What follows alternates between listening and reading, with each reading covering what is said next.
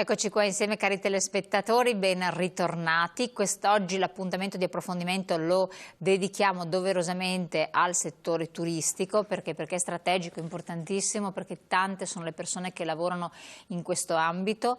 Notevoli sono anche le difficoltà, rischio occupazionale effettivo c'è, ci sono tante imprese che non sanno come arrabattarsi, ci sono tanti ambiti turistici in cui si esplica il nostro territorio che sono significativi. Da quel punto di vista passiamo dalle zone delle città d'arte, il mare, le montagne, le terme, le zone collinari e quant'altro, e non da ultimo dall'altra parte le tante sollecitazioni che voi ci avete fatto per chi turista diventerà, chi comunque pensa alla vacanza estiva, pensa alle proprie ferie, chi ancora ne ha naturalmente da poter spendere, o se non altro dei weekend da poter investire non appena ci sarà la liberazione nazionale e sempre con le cautele dovute naturalmente. Per parlare di questo abbiamo nuovamente interpellato, ormai periodicamente ci sentiamo, Marco Michieli, Presidente Confturismo Veneto, ben ritornato qui con noi.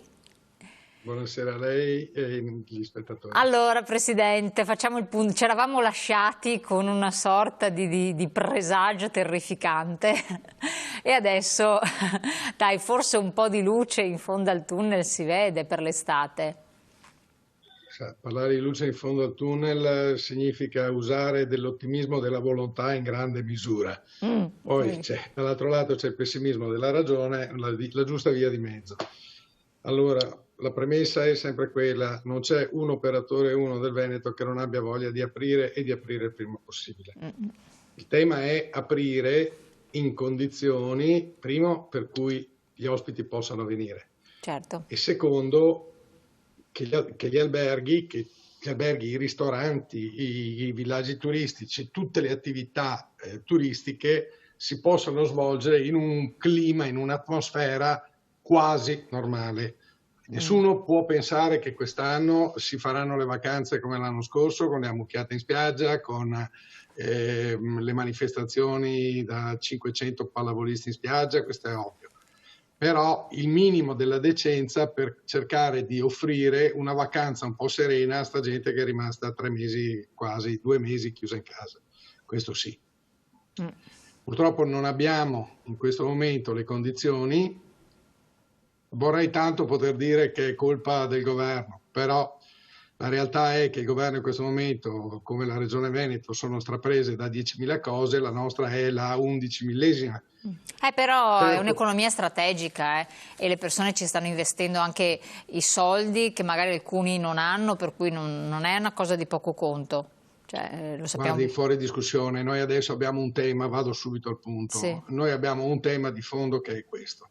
Posto che chiunque aprirà l'albergo, chiunque riaprirà o aprirà l'albergo per la stagione estiva, vuoi nelle città d'arte riaprirà gli alberghi, va incontro a una perdita economica sicura. Ora, molti imprenditori possono anche accettare di rischiare di perdere dei soldi quest'anno, a patto e a condizione che la cosa si limiti lì, cioè che ci fermiamo al fatto di perderci soldi. Faranno ognuno a casa sua, farà bene i suoi conti, chi è in grado di sopportare la perdita aprirà, chi non è in grado di sopportare la perdita non aprirà, e per essere vivo e vitale nel 2021, quando si auspica che riprenda un clima normale, possa essere quella del 2021 un'annata di turismo normale.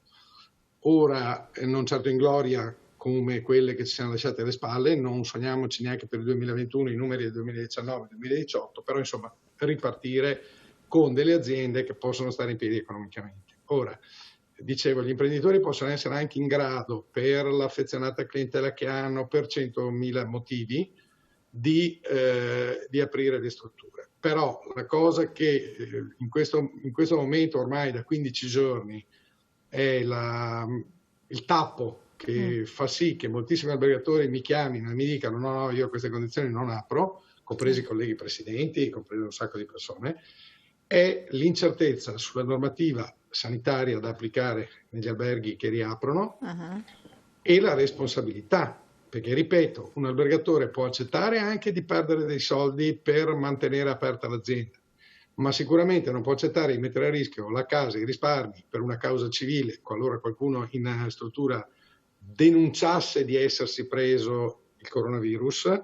Attenzione, perché c'è anche quel rischio, c'è il rischio che qualcuno in questo clima di disperazione totale, di gente che non sa dove tirar fuori la pagnotta, possa anche pensare di andare ospite in un albergo e poi fargli causa per lucrare qualcosa. E questo è un rischio grossissimo, perché poi c'è anche una responsabilità penale. Ora, se lei assume come dato di fondo il fatto che sono in perdita, il fatto che di più rischiano il patrimonio e rischiano il penale, moltissimi albergatori mi stanno telefonando in continuazione, ma sento, perché ovviamente grazie alle tecnologie facciamo un sacco di videoconferenze eccetera, sento una grande perplessità serpeggiare nel mio mondo, non solo nel Veneto, va detto, perché ovviamente sono anche collegato con Roma, ma in tutta Italia. È un serpente che si morde la coda. Io ho provato a buttare lì una sorta di immunità per l'albergatore, la richiesta di un'immunità agli albergatori qualora si verificasse un caso di coronavirus in albergo. La risposta è stata quella che avrei dato anch'io, sostanzialmente: bravi, così se vi diamo l'immunità dopo nessuno attua le misure di sicurezza. Ecco, magari non qua da noi nel Veneto.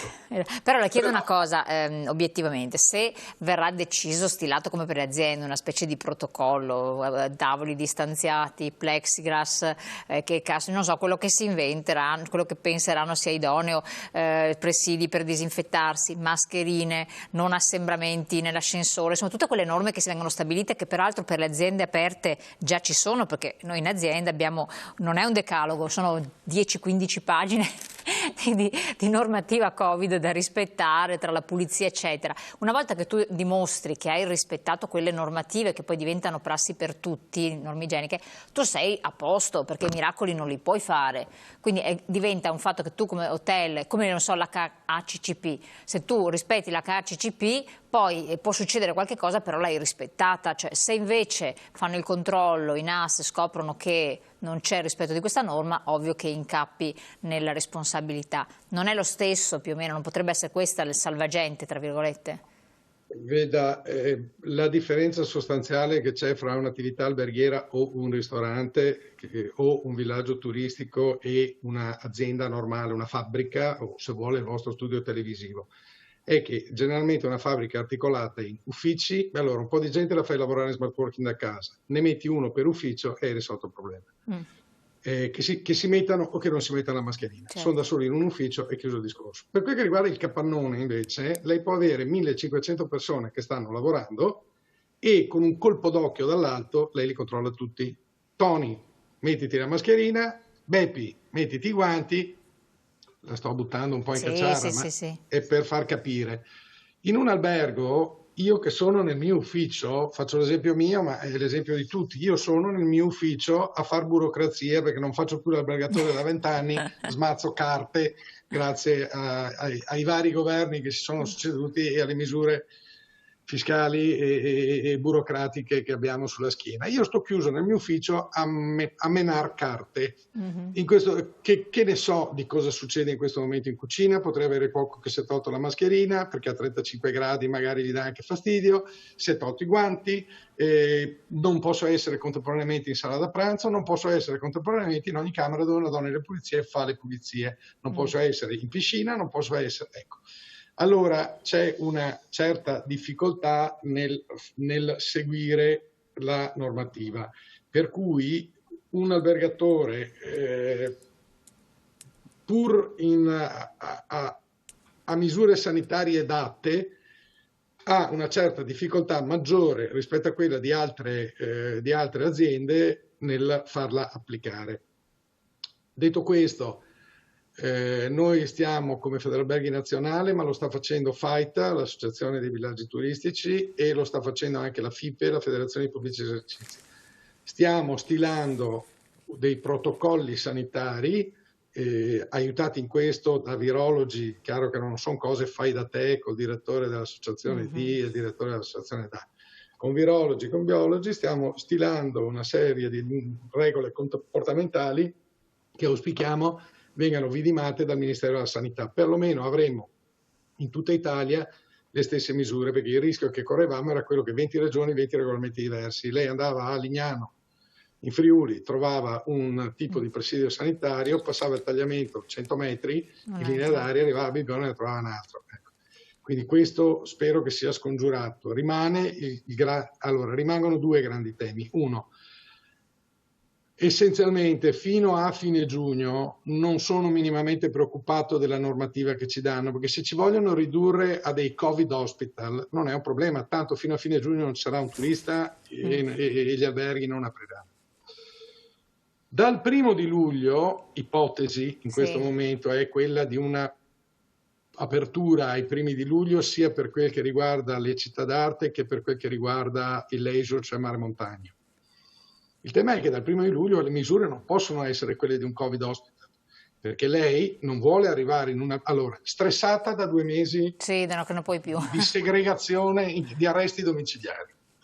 Lei non vuole arrivare in un posto dove la riceve una simpaticissima concierge con mascherina, occhiali protettivi, linea gialla a 1 metro dal balcone, guanti. Capiamoci, la calorosa ospitalità italiana è fatta anche dell'abbraccio al cliente, soprattutto straniero, ma anche l'italiano che arriva, ciao, baci, abbraccio, no, saluto alla romana. Questo non si potrà fare, questo già lo sappiamo però, ce lo mettiamo via. Certo. Ma però, posso dire, però viene compreso come sicurezza, cioè viene anche apprezzato da questo punto di vista, non mi ti si avvicini e te ne sono grato che almeno mi risparmi anche l'imbarazzo. Sì, per carità, io confido tanto che fra 2 mesi, fra 3 mesi non siano più regole cogenti e obbligatorie. Lei si immagini come si può gestire il passaggio nella hall di un albergo, premesso che ci sono alberghi che hanno hall grandissime, nel caso mio per esempio è una hall molto grande, ma ci sono alberghi che hanno delle hall più piccole. I clienti che stanno arrivando, quelli che stanno uscendo, che si incrociano, gli corri dietro col metro a misurare. L'ospite che arriva e si siede al bar dell'albergo, vede l'amico, lo chiama, si siedono in 2 al bar, cosa devo fare io, albergatore? Corrergli dietro col metro e dire no, tu siediti qua, tu siediti là. Cioè, capisce? Diventa una gestione che rende abbastanza difficile avere un'atmosfera serena per lo sviluppo delle vacanze. Lei pensi agli alberghi con tanti bambini? Quello sarà il problema, sì. Chi corre dietro ai bambini? Chi corre dietro all'ospite russo o all'ospite svedese che a casa sua hanno optato per l'immunità di gregge, per cui non ha la minima cognizione di cosa sia una mascherina o un disinfettante e vorrà venire in albergo e comportarsi in modo assolutamente normale. Ecco, allora, io la interrompo un secondo perché ha lasciato questa domanda. Dai, lasciamoci con questa domanda qua. 2 secondi di pubblicità, quindi restate con noi con questa fase interlocutoria, provate a pensarci perché può anche essere interessante fare una serie di ragionamenti e torniamo tra poco.